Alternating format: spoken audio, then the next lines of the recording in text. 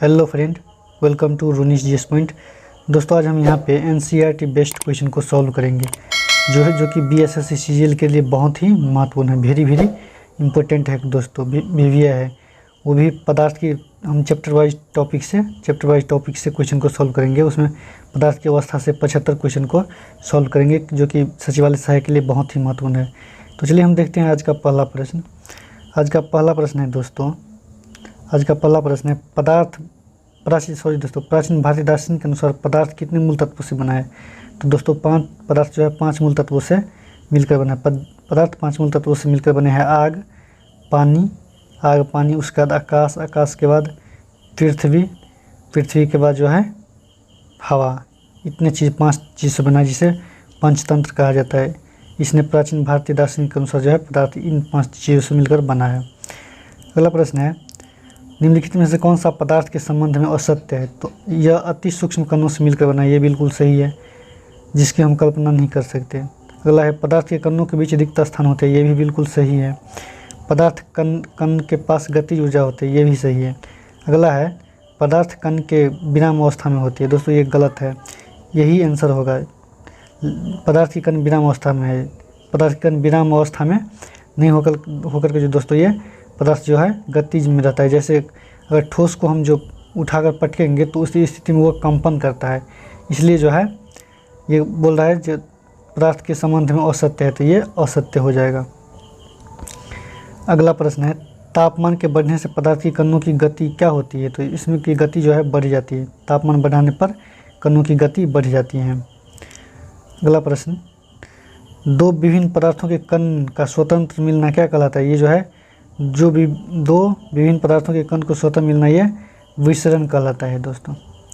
विसरण कहलाता है, जिसे हम डिफ्यूजन कहते हैं, विसरण। और विसरण जो है दोस्तों सबसे अधिक जो है वो विसरण जो है सबसे अधिक गैस में होती है। देखिएगा, जब हम अगरबत्ती को अगर घर के अंदर किसी भी कोना में जला दें अगरबत्ती को, तो उस स्थिति में जब हमको सुगंध कहीं से भी अगर हम रूम में प्रवेश करते हैं तो सुगंध हमको लगता है। तो ये जो है इसका विसरण के कारण ऐसा होता है। अगला प्रश्न है, गर्म करने पर विसरण का दर क्या होता है। तो गर्म करने पर विसरण का दर जो है तेज हो जाता है। अगला 6 नंबर क्वेश्चन देखेंगे,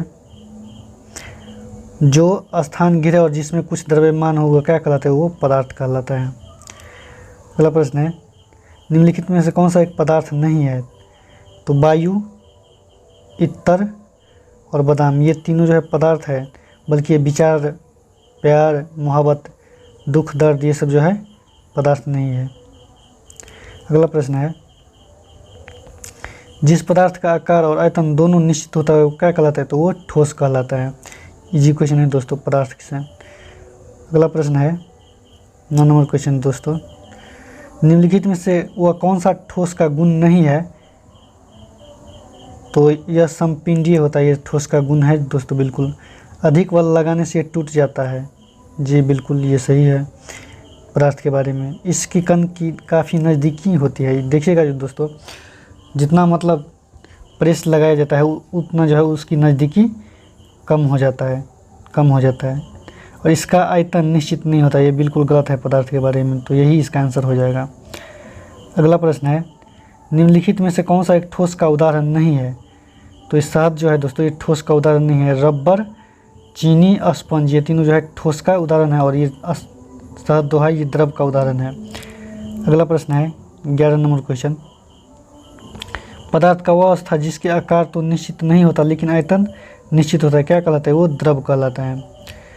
द्रव का जो है आयतन जो है द्रव का आयतन जो है दोस्तों, द्रव का आयतन फिक्स रहता है, फिक्स होता है, लेकिन आकार जो है फिक्स नहीं होता है। आकार इसका फिक्स नहीं होता द्रव का। अगला प्रश्न है, निम्नलिखित में से कौन सा एक द्रव का गुण नहीं है। तो इसका आकार निश्चित नहीं होता।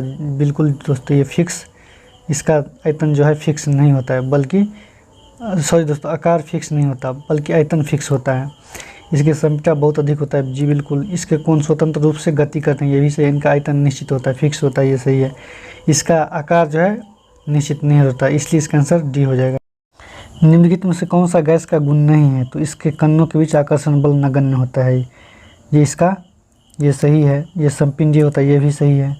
इसका आयतन अनिश्चित होता है, ये भी सही है। और इसका आयतन निश्चित होता है, ये इसका आयतन निश्चित होता है, ये जो है बिल्कुल दोस्तों गलत है। इस तरह इसका आंसर सी हो जाएगा। निम्नलिखित गैस के अधिक आयतन को कम आयतन वाले सिलेंडर में रखा जाए तो क्या होगा, रखा जा सकता है। तो गैस के किस गुण का कारण संभव है।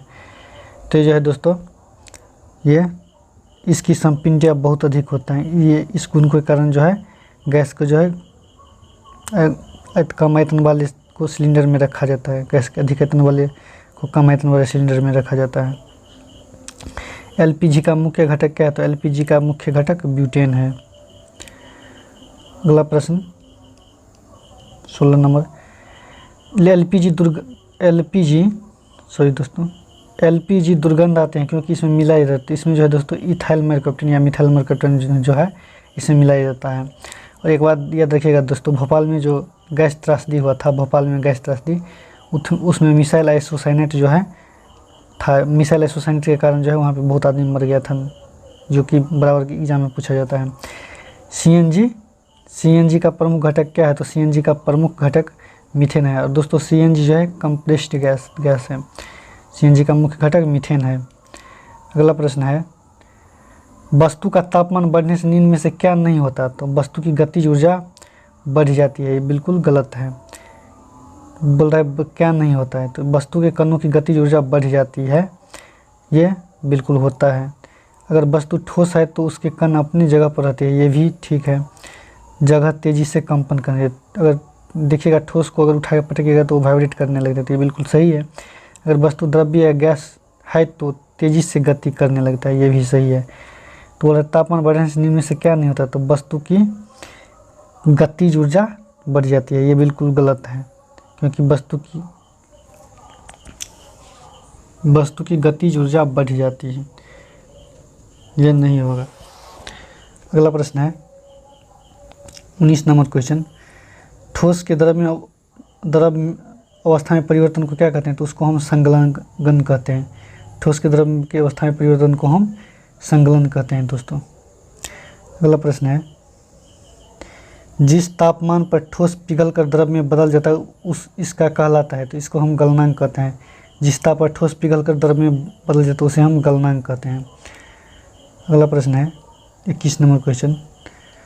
तापमान का एसआई मात्रक क्या होता है। तो तापमान का एसआई मात्रक केल्विन होता है दोस्तों। तापमान का एसआई मात्रक केल्विन। 0 डिग्री सेल्सियस मान का केल्विन में कितना होता है। तो 0 डिग्री सेल्सियस मान का केल्विन में जो होता है 273.16 केल्विन होता है। याद रखिएगा, अगर केल्विन निकालने के लिए दे तो सेल्सियस में हम प्लस 273.16 को जोड़ देंगे, 273.16 को जोड़ देंगे। अगला प्रश्न है, अवस्था में परिवर्तन की प्रक्रिया में क्या समान रहता है। तो ये जो है अवस्था परिवर्तन की प्रक्रिया में जो है तापमान जो है समान रहता है, क्योंकि तापमान यहाँ पे नियत रहता है। तापमान नियत रहता है। अगला प्रश्न है,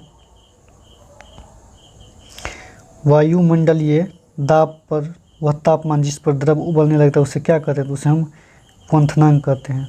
उसे हम दोस्तों क्वथनांक कहते हैं। वायुमंडलीय दाब पर जब पिघलने लगता है तो उसे हम क्वथनांक, वायुमंडलीय दाब पर ताप जिस द्रव पर उबलने लगता है उसको हम क्या कहते हैं। तो उसे हम क्वथनांक कहते हैं। अगला प्रश्न है, तो डैश बदलकर हम पदार्थ को एक अवस्था से दूसरी अवस्था में बदल सकते हैं, ये किस कारण से। तापमान बदल को जो है तापमान से जो है हम पदार्थ की एक अवस्था से दूसरी अवस्था में बदल सकते हैं। अगला प्रश्न है,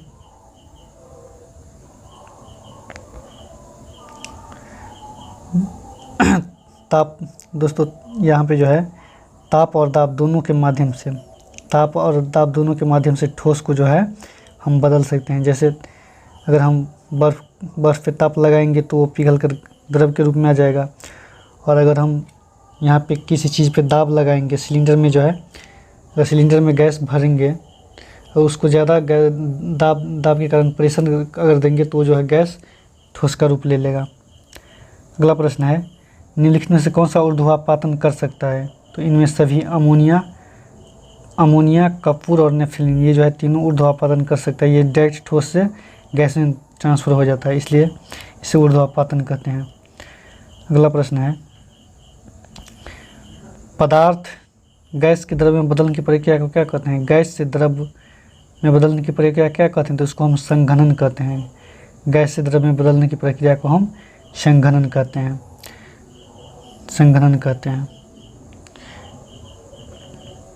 अगला प्रश्न है, शुष्क बर्फ किसे कहते हैं? तो ठोस कार्बन डाइऑक्साइड को हम शुष्क बर्फ कहते हैं। CO2 पर जो अगर हम हाई प्रेशर लगा दे, अधिक जो है दाब लगा दे, तो उसी को हम ठोस कार्बन डाइऑक्साइड कहते हैं, शुष्क बर्फ को। अगला प्रश्न है, गैस को द्रव में बदला जा सकता है। तो गैस को द्रव में दाब बढ़ाकर और तापमान घटाकर जो है बदला जा सकता है। गैस को द्रव में दाब बढ़ाकर और तापमान घटाकर बदला जा सकता है। अगला प्रश्न है, दाब का ऐसा मात्रक क्या होता है? तो दाब का ऐसा मात्रक पास्कल होता है दोस्तों, और पास्कल को भी न्यूटन प्रति वर्ग मीटर स्क्वायर कहते हैं। अगला प्रश्न है, एक ATM बराबर कितना होता है? तो एक ATM बराबर 1.01 गुना 10⁵ पास्कल होता है। ये पास्कल होता है। अगला प्रश्न 32 नंबर क्वेश्चन, क्वथनांक से कम तापमान पर द्रव के वाष्प में बदलने की प्रक्रिया को क्या कहते हैं? तो क्वथनांक से कम तापमान पर द्रव को वाष्प में बदलने की प्रक्रिया को हम वाष्पीकरण कहते हैं। अगर टेम्परेचर 100 डिग्री सेल्सियस पर अगर कोई चीज़ को हम उबालेंगे, तापमान 100 डिग्री तापमान पर किसी चीज़ को उबालेंगे तो वो क्वथनांक के रूप में हो जाएगा। उसी को हम इवोपोरेशन वाष्पीकरण कहते हैं। अगला प्रश्न है, निम्नलिखित में से कौन सा एक सतह पर होने वाली घटना है? तो यह वाष्पीकरण जो है एक सतह पर होने वाली घटना है। अगला प्रश्न है, निम्नलिखित में से किस में परिवर्तन करके वाष्पीकरण की दर को बढ़ाया जाता है? तो आर्द्रता में कमी होने से जो है वाष्पीकरण का दर तेज हो जाता है। आर्द्रता में कमी होने से वाष्पीकरण का दर तेज हो जाता है। अगला प्रश्न है, नाखून को पॉलिश को हटाने वाले द्रव को क्या कहते हैं? तो नाखून के पॉलिश को हटाने वाले द्रव को हम एसीटोन कहते हैं। उस एसीटोन नामक द्रव से जो है नाखून का पॉलिश उड़ जाता है। अगला प्रश्न है, शीतल का कारण है। तो शीतल का कारण है वाष्पीकरण के कारण जो है शीतल होता है। अगला प्रश्न है 37 नंबर क्वेश्चन है दोस्तों, पदार्थ की चौथी अवस्था कौन है? तो पदार्थ की चौथी अवस्था जो है ये प्लाज्मा है। पदार्थ की चौथी अवस्था प्लाज्मा है। ये तो दोस्तों ये क्वेश्चन तो बहुत ही VVI है। पदार्थ की चौथी अवस्था प्लाज्मा है। और वाष्पीकरण के कारण ही दोस्तों देखिएगा, इस क्वेश्चन के एक बार देख लीजिए। 36 नंबर वाष्पीकरण से याद आ गया। वाष्पीकरण के कारण ही जो है अगर पसीना बॉडी में छूटता है और अगर पंखा के पास बैठ जाते हैं तो ठंडक महसूस होता है, ये वाष्पीकरण के कारण। और सुराही में जो पानी भर दिया जाता है वो जो पानी ठंडा हो जाता है वो भी वाष्पीकरण के कारण ही होता है। ये तो क्वेश्चन देख लिए थे। पदार्थ की चौथी अवस्था प्लाज्मा है। पदार्थ की चौथी अवस्था प्लाज्मा। अगला है, सितारों में प्लाज्मा बनने का क्या कारण है? तो उच्च तापमान। सितारों में प्लाज्मा बनने के कारण उच्च तापमान है। उच्च तापमान के कारण सितारों में जो है प्लाज्मा बनता है। दोस्तों वो किस रंग में प्लाज्मा के कारण जो है वो चमकता है? प्लाज्मा के कारण ही वो आकाश चमकता है, सितारा। अगला 38 नंबर से 39 नंबर क्वेश्चन है दोस्तों, जब पदार्थ अवस्था में होता है तब इसका कण के रूप में क्या होता है? तो ये आयनीकृत गैस के रूप में जो है ये होता है। अगला प्रश्न है, फ्लोरेंस ट्यूब के अंदर हीलियम गैस और नियॉन बल्ब के अंदर कौन सी गैस भरी जाती है? तो नियॉन बल्ब के अंदर जो है नियॉन गैस भरी जाती है। दोस्तों याद रखिएगा, जो फ्लोरेंस ट्यूब जो होता है, फ्लोरेंस ट्यूब उसमें जो है अगर धारा जो है प्रवाह किया जाता है तो जो है आयनीकृत हो जाता है। उसके बाद जो है प्लाज्मा, उसमें जो है प्लाज्मा चला जाता है और प्लाज्मा जाने के कारण ही जो है दोस्तों यह फ्लोरेंस ट्यूब जो है चमकता है। प्लाज्मा के कारण ही चमकता है। अगला प्रश्न है, निम्न में से कौन सा पदार्थ फ्लोरेंस ट्यूब और नियॉन बल्ब की उपस्थिति गैस की प्रकृति के आधार पर एक विशेष रंग से के कारण चमकता है? तो ये जो है प्लाज्मा के कारण ही यह विशेष रंग से चमकता है। अगला प्रश्न है, के कारण सूर्य और तारों की चमक होती है? तो ये जो है प्लाज्मा के ही कारण जो है सूर्य और तारों की चमक होती है। अगला प्रश्न है, निम्नलिखित में से किस वैज्ञानिक ने पदार्थ की पांचवी अवस्था के लिए गणना की थी? तो ये सत्येंद्रनाथ बोस ने पदार्थ की पांचवी अवस्था बोन्स आइंस्टीन को जो है गणना किया था। अगला प्रश्न है 44 नंबर क्वेश्चन, वायु के घनत्व के 1,00,000वें भाग जितने कम घनत्व वाली गैस को बहुत ही ताप पर डैश के कारण बोस आइंस्टीन कंडेंसड प्राप्त होता है। तो ये कम ठंडा बोल रहा है, बहुत गैस को ठंडा बहुत ही कम तापमान पर ठंडा करके बोस आइंस्टीन कंडेंसन को जो है प्राप्त किया जा सकता है। बहुत कम तापमान पर जो है किसी चीज़ को ठंडा करके जो है बोस आइंस्टीन कंडेंसन को हम प्राप्त कर सकते हैं। अगला प्रश्न है, 300 केल्विन तापमान सेल्सियस पैमाने पर कितना होगा? तो ये जो है 27 डिग्री सेल्सियस होता है। नॉर्मली जो है केल्विन को सेल्सियस में निकालेंगे तो 300 में से 273 केल्विन को हम घटा देंगे तो ये जो है 27 डिग्री निकल जाएगा, 27 डिग्री निकल जाएगा। अगला प्रश्न है, वायुमंडलीय दाब पर बर्फ़ का गलनांक कितना होता है? तो वायुमंडलीय दाब पर जो है बर्फ़ का गलनांक जो है 0 डिग्री सेल्सियस होता है। कितना होता है? 0 डिग्री सेल्सियस। 0 डिग्री सेल्सियस पर ये जो है जमने लगता है। 0 डिग्री सेल्सियस पर जो है जलने लगता है। अगला प्रश्न है, 0 डिग्री सेल्सियस पर भौतिक अवस्था क्या होगी? तो 0 डिग्री सेल्सियस पर भौतिक अवस्था जो है ठोस और द्रव की होगी। 0 डिग्री सेल्सियस भौतिक अवस्था ठोस और द्रव दोनों होगा। अगला प्रश्न है, दाब बढ़ने पर बर्फ़ का गलनांक घटता है। दाब बढ़ने पर बर्फ़ का गलनांक घटता है। अगला प्रश्न 49 नंबर क्वेश्चन, अशुद्धियाँ मिलाने पर बर्फ़ का गलनांक क्या होता है? तो इस स्थिति में भी बर्फ़ का गलनांक घटता है अशुद्धियाँ मिलाने पर। निश्चित ताप पर द्रव का ठोस में बदलना क्या कहलाता है? तो निश्चित ताप पर द्रव को ठोस में बदलना ये हिमीकरण कहलाता है। जिस ताप पर हिमीकरण की घटना होती है उसे क्या कहते हैं? तो उसे हम हिमांक कहते हैं। जिस ताप पर हिमीकरण की घटना होती है उसे हम हिमांक कहते हैं। अगला प्रश्न है, निश्चित ताप जिस द्रव या गैस वाष्प में बदल जाता है उस क्वथनांक या वाष्पन को क्या वाष्पन कहते हैं, लेकिन उस निश्चित ताप को क्या कहते हैं? तो उसे हम क्वथनांक कहते हैं। एक बार इस क्वेश्चन को फिर देखते हैं, निश्चित ताप पर जिस पर द्रव गैस या वाष्प में बदल जाता है उसे क्वथनांक या वाष्पन कहते हैं, लेकिन उसी निश्चित ताप पर जो कार्य करता है उसी निश्चित ताप पर जो कार्य करता है उसे क्या कहते हैं? तो उसे हम क्वथनांक कहते हैं। अगला प्रश्न है, द्रव का क्वथनांक बढ़ता है। तो द्रव का क्वथनांक जो है दोस्तों दाब बढ़ाने पर और दाब बढ़ाने पर द्रव का क्वथनांक जो है वो दाब बढ़ाने पर और अशुद्धियाँ मिलाने पर जो है दोनों की स्थिति में जो है क्वथनांक बढ़ता है। इस तरह इसका आंसर सी हो जाएगा, बी और ए। अगला प्रश्न है 54 नंबर क्वेश्चन, निम्नलिखित सही दोस्तों, एक निश्चित ताप पर वाष्प का द्रव में बदलना क्या कहलाता है? तो एक निश्चित ताप पर वाष्प का द्रव में बदलना ये संघनन कहलाता है। संघनन के कारण ही जो है निश्चित ताप पर जो है द्रव में बदल जाता है। अगला प्रश्न है, जिस ताप पर वाष्प द्रव में बदलता है उसे क्या कहते हैं? तो उसे हम संघनन बिंदु कहते हैं। जिस ताप पर जो है वाष्प द्रव में बदलता है उसे हम संघनन कहते हैं। अगला प्रश्न है, नियत ताप पर पदार्थ की अवस्था बदलने के लिए आवश्यक ऊष्मा को क्या कहते हैं? तो नियत ताप पर पदार्थ की अवस्था में बदलने के लिए आवश्यक ऊष्मा को हम गुप्त ऊष्मा कहते हैं।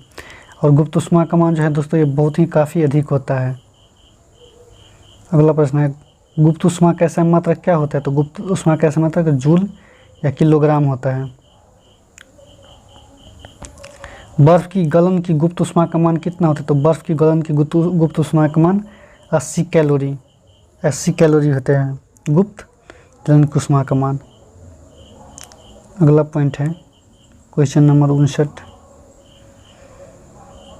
जल के लिए वाष्पन की गुप्त ऊष्मा कितनी होनी चाहिए? तो जल के लिए वाष्पन की गुप्त ऊष्मा 540 कैलोरी ग्राम होना चाहिए। उबलते जल की अपेक्षा भाप से जलने पर अधिक कष्ट होती है। तो ये भाप की गुप्त ऊष्मा का मान अधिक होता है।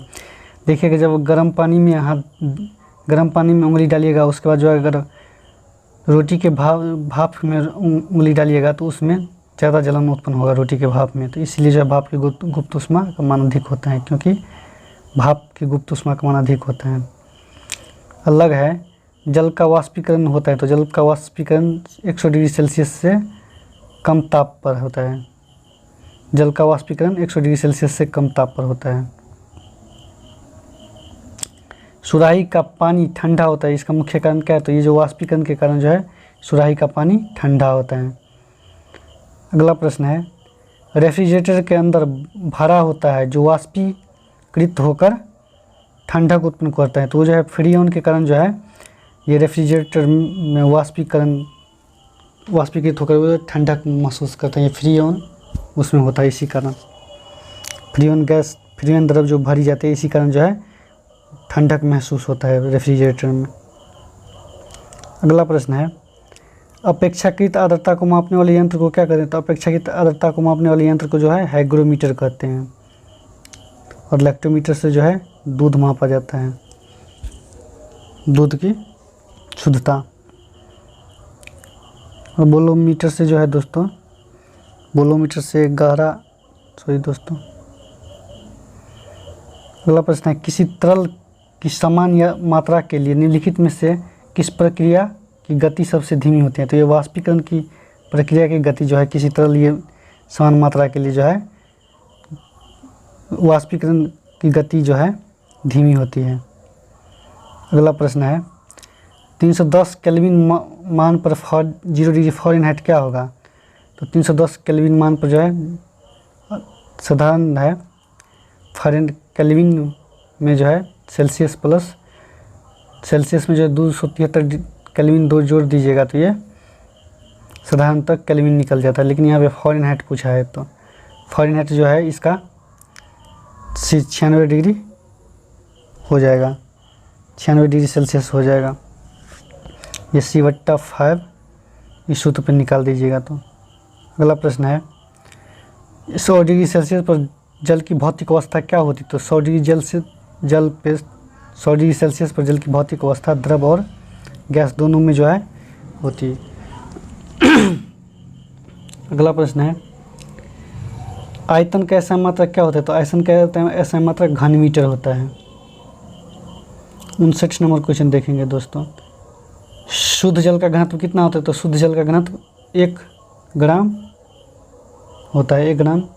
अगला प्रश्न है, जब बर्फ़ पानी में तैरता है तब आयतन का कौन सा भाग पानी के ऊपर रहता है?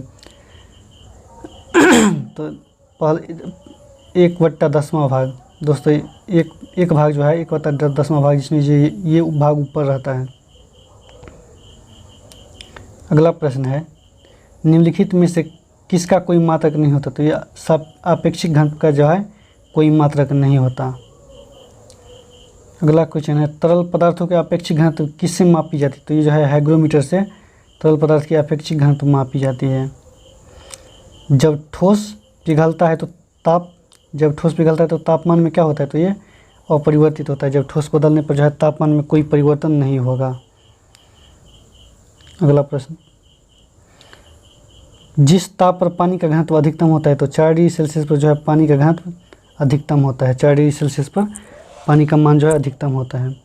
लास्ट क्वेश्चन देखेंगे दोस्तों, जब बर्फ़ पिघलता है तब इसका आयतन क्या होता है? तो इसका आयतन जो है पहले घटता है उसके बाद बढ़ता है। जब बर्फ़ पिघलता है तो पहले आयतन इसका घटता है उसके बाद बढ़ता है। आज का सेशन समाप्त हुआ दोस्तों, अगले चैप्टर में कल अब मिलेंगे। अगर आज का सेशन अच्छा लगा हो तो लाइक शेयर सब्सक्राइब ज़रूर कीजिए, और अगर चैनल पर नए हैं तो चैनल को सब्सक्राइब ज़रूर कर लीजिएगा। थैंक यू दोस्तों।